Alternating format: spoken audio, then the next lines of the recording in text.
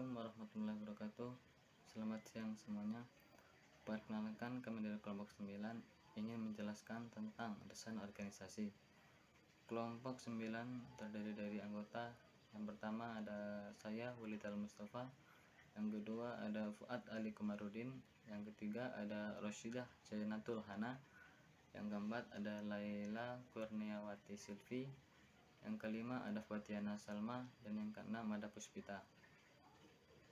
Langsung saja, pengertian desain organisasi. Desain organisasi adalah proses memilih struktur organisasi yang sesuai dengan strategi dan lingkungan tertentu. Desain organisasi merupakan alat untuk mencapai strategi organisasi. Desain organisasi dapat menjadi faktor kunci yang menentukan kelangsungan hidup organisasi. Banyak contoh organisasi yang tidak dapat bertahan karena tidak mempunyai desain organisasi yang tepat. Pada dasarnya, ada dua pandangan terhadap desain organisasi. Klasik yang berusaha mencari desain terbaik untuk semua situasi atau pendekatan universal, dan pandangan situasional atau lingkungan yang berusaha memahami kaitan secara desain organisasi dan lingkungannya. Yang pertama, pengertian dari pandangan klasik. Pandangan klasik yang berusaha mencari cara terbaik untuk desain organisasi percaya pada organisasi dengan struktur hierarkis dan wewenang formal yang resmi. Struktur semacam ini merupakan struktur yang efisien dan efektif.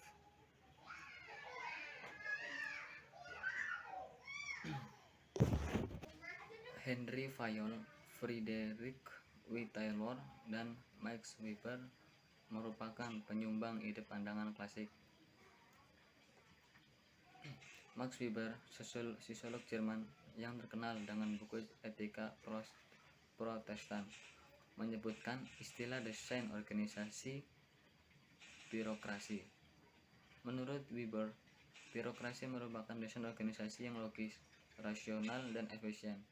Anggota organisasi diarahkan oleh panggilan tugas dan satu perangkat aturan yang jelas dan rasional. Organisasi birokrasi mempunyai karakteristik berikut. Yang pertama, pembagian kerja yang jelas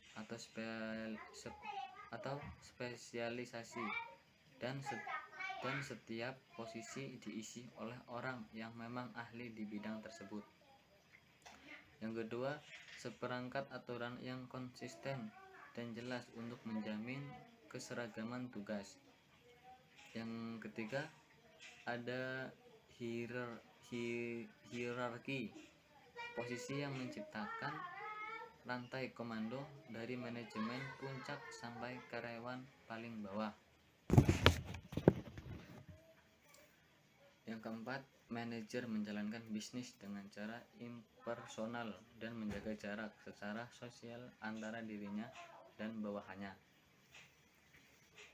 Yang kelima, karir dalam organisasi didasarkan pada prestasi dan keahlian. Karyawan tidak boleh diperlakukan secara tidak adil. Dengan karakteristik semacam itu, birokrasi merupakan organisasi dengan ciri spesialisasi tugas, wewenang, dan tanggung jawab yang jelas, evaluasi prestasi yang jelas, serta suasana kerja yang impersonal. Pandangan klasik mempunyai sisi positif karena dapat mendorong efisiensi dan mendorong studi organisasi lebih lanjut. Sisi negatifnya antara lain adalah tidak memperhatikan sisi manusiawi, keyakinan pada universalitas model mereka yang kadang-kadang tidak berhasil pada lingkungan tertentu. Dan yang terakhir, kata birokrasi seringkali diasosiasikan dengan pengertian yang sebaliknya. Dalam pengertian populer, birokrasi mempunyai kesan sebagai organisasi yang terlalu besar atau banyak karyawan dan terpengaruh banyak kepentingan. Pandangan neoklasik. Pandangan ini menonjolkan sisi manusiawi organisasi. Menurut mereka, organisasi memiliki dua tujuan, ekonomi dan kepuasan karyawan. Pandangan ini disebut sebagai pandangan perilaku. Pandangan neoklasik berusaha mencari satu cara terbaik untuk semua situasi. Dengan berdasar pada hasil penelitian, aliran neoklasik berpendapat bahwa organisasi dapat diperbaiki dengan membuat organisasi menjadi tidak terlalu formal dan mendorong partisipasi karyawan. Beberapa tokoh aliran neoklasik, antara lain 1. Francis Likert, menemukan bahwa manajer dengan gaya tradisional cenderung kurang efektif dibanding dengan manajer yang mendorong karyawannya dengan pendekatan manusiawi. Likert juga mengembangkan model organisasi berdasarkan 8 proses kunci: kepemimpinan, motivasi, komunikasi, interaksi, pengambilan keputusan, penetapan tujuan, pengendalian, dan prestasi kerja. Yang kedua, Douglas McG Gregor berpendapat bahwa organisasi akan lebih baik apabila menerapkan asumsi positif, yaitu ingin berprestasi, ingin tidak malas, ingin bertanggung jawab, sehingga organisasi menjadi lebih fleksibel. Yang ketiga, Chris Argyris, ia tidak setuju dengan manajemen klasik. Menurutnya, aktivitas manajerial seperti perencanaan dan pengendalian terpusat pada manajemen akan berdampak pada karyawan akan menjadi pasif dan tergantung terhadap atasan. Selanjutnya materinya akan dibawakan oleh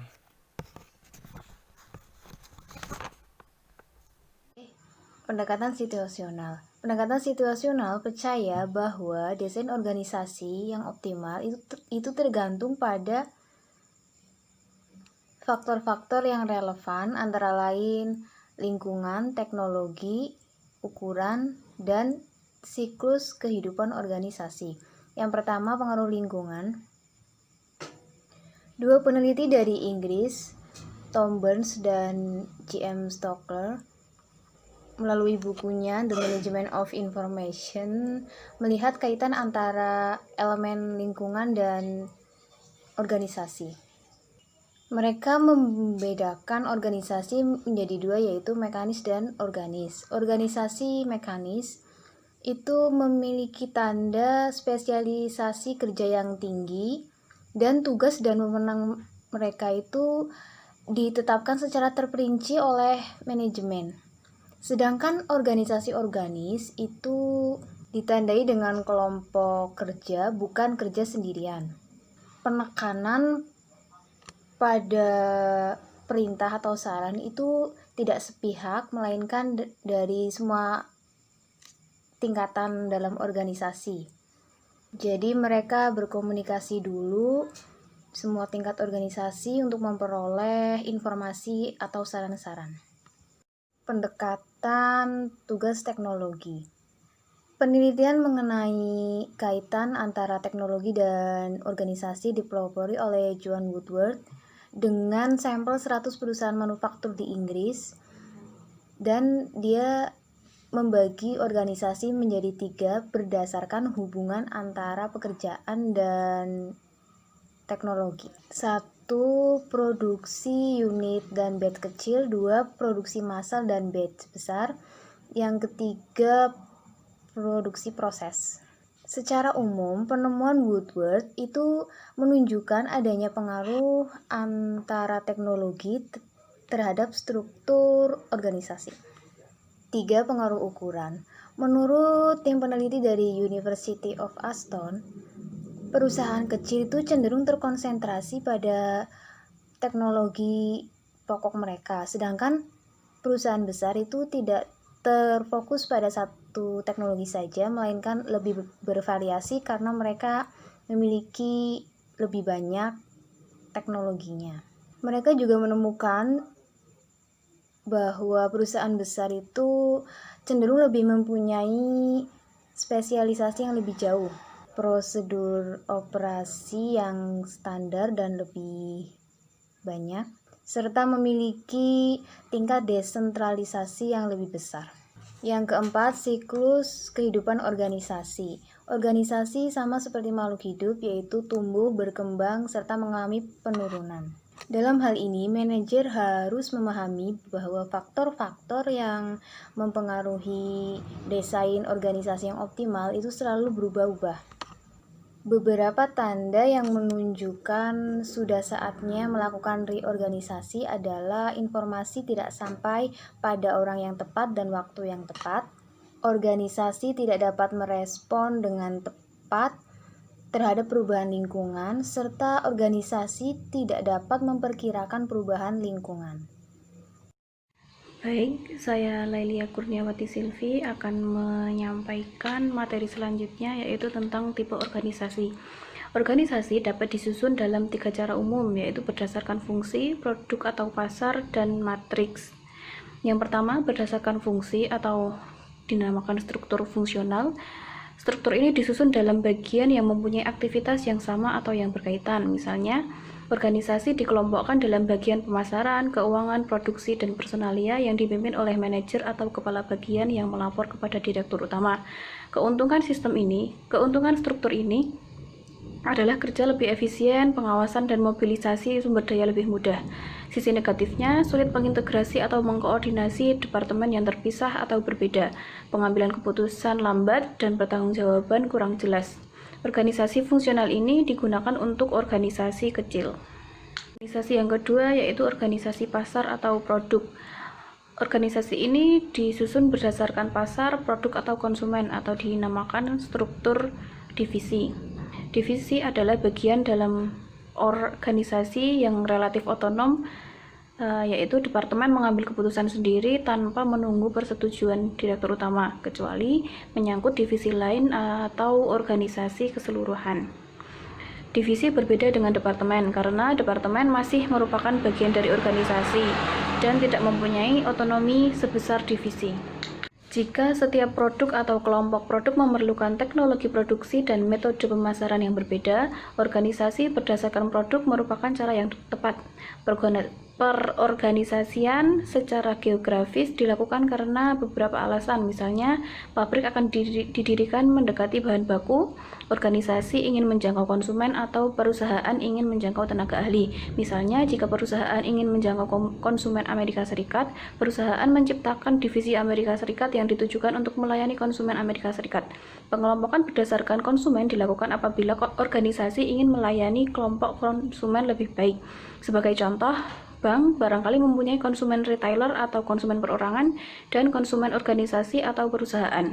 Dua jenis konsumen tersebut mempunyai karakteristik yang sangat berlainan. Bank tersebut dapat menetapkan dua divisi, yaitu divisi retailer dan divisi corporate atau untuk perusahaan. Manfaat struktur ini yaitu pengambilan keputusan lebih cepat atau organisasi responsif terhadap konsumen atau lingkungan, koordinasi lebih mudah, beban manajemen puncak berkurang karena pertanggungjawabannya dan jelas. Sisi negatifnya yaitu biaya operasional naik, staf dan karyawannya banyak, terjadi duplikasi kegiatan atau fungsi. Variasi lain dalam organisasi divisi adalah konglomerasi, yaitu membawahi sejumlah divisi yang tidak berkaitan satu sama lain. Konglomerasi merupakan bentuk diversifikasi usaha dengan resiko bisnis yang dapat dikurangi, karena apabila satu bidang usaha merugi akan dikompensasi oleh keuntungan bidang lainnya. Sisi negatifnya, kurang koordinasi antar divisi dan sulit memanfaatkan sinergi antar divisi. Selanjutnya yaitu tentang struktur matriks yang menggabungkan sisi positif antara struktur fungsional dan struktur divisi. Struktur fungsional mempunyai sisi positif karena mendorong spesialisasi tetapi koordinasi sulit. Struktur divisi mendorong koordinasi tapi tidak terlalu mendorong keahlian. Dalam struktur organisasi matriks, karyawan memiliki dua atasan yaitu fungsional dan divisional. Struktur matriks sama dengan sistem komando ganda atau multiple command system. Keuntungannya yang pertama yaitu fleksibel. Tim kerja dapat dibentuk, diubah, atau dibubarkan apabila telah selesai. Yang kedua, karena bekerja sebagai tim, dengan mengambil keputusan bersama, karyawan akan semakin termotivasi. Yang ketiga, memperoleh ilmu baru. Yang keempat, memanfaatkan sumber daya secara efisien, fleksibilitas, dan penghematan diperoleh. Yang kelima, dengan status ganda, dapat menjembatani dua proyek dengan fungsional dan mendorong koordinasi. Yang keenam, mendorong desentralisasi. Manajemen pusat bisa fokus pada tujuan jangka panjang. Kelemahan struktur ini, karyawan tidak merasa pasti dalam kaitannya dengan atasan ganda, frustasi, pelaporan tidak jelas dan mengarah pada situasi kacau, kemudian manajer merasa wewenang terhadap karyawan dibatasi, pengambilan keputusan lama, kompromi lebih besar, membatasi kreativitas dan prestasi, seseorang mendominasi, butuh keterampilan, hubungan manusia yang baik, tim kerja berubah-ubah, membuat karyawan harus memulai sesuatu yang baru lagi. Untuk itu, perlu adanya training karyawan sebelum menugaskan mereka ke dalam tim kerja matriks. Demikian materi selanjutnya akan disampaikan oleh teman saya. Assalamualaikum warahmatullahi wabarakatuh. Perkenalkan, nama saya Fatiana Salma akan melanjutkan materi poin E, yaitu tentang koordinasi. Koordinasi merupakan proses menghubungkan bagian-bagian dalam koordinasi agar tujuan organisasi dapat dicapai dengan lebih efektif. Ketergantungan dapat dibedakan menjadi 3 macam. Yang pertama, pilih interdependensi. Dalam ketergantungan ini tidak banyak membutuhkan interaksi, karena setiap organisasi tidak saling tergantung satu dengan yang lain dalam melaksanakan tugas harian. Yang kedua, sequential interdependensi, di mana suatu organisasi harus melaksanakan pekerjaannya terlebih dahulu sebelum organisasi lain dapat bekerja. Yang ketiga, reciprocal interdependensi, merupakan hubungan memberi dan menerima antar suatu organisasi. Ketergantungan semacam ini muncul apabila bagian-bagian saling mempengaruhi satu sama lain. Menurut Lorenzi dan Lorz, terdapat 4 tipe perbedaan atau diferensiasi dalam organisasi. Yang pertama, perbedaan dalam orientasi terhadap tujuan tertentu.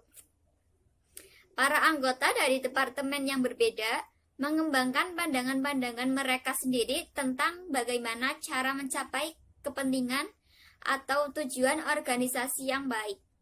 Yang kedua, perbedaan dalam orientasi waktu. Manajer akan lebih mementingkan masalah-masalah yang harus dipecahkan segera atau dalam periode waktu pendek. Sedangkan bagian penelitian dan pengembangan lebih terlibat dengan masalah-masalah jangka panjang. Yang ketiga, perbedaan dalam orientasi antar pribadi atau gaya interaksi. Kegiatan produksi memerlukan komunikasi dan pembuatan keputusan yang cepat agar prosesnya lancar. Sedangkan bagian penelitian dan pengembangan mungkin dapat lebih santai dan setiap orang dapat mengemukakan pendapat serta diskusi satu dengan yang lain. Keempat, perbedaan dalam tingkat formalitas. Setiap organisasi mungkin mempunyai metode-metode dan standar yang berbeda untuk mengevaluasi program terhadap tujuan dan untuk balas jasa bagi karyawan. Selanjutnya, pendekatan-pendekatan untuk pencapaian koordinasi yang efektif. Terdapat 3 pendekatan terhadap koordinasi. Yang pertama, teknik manajemen dasar.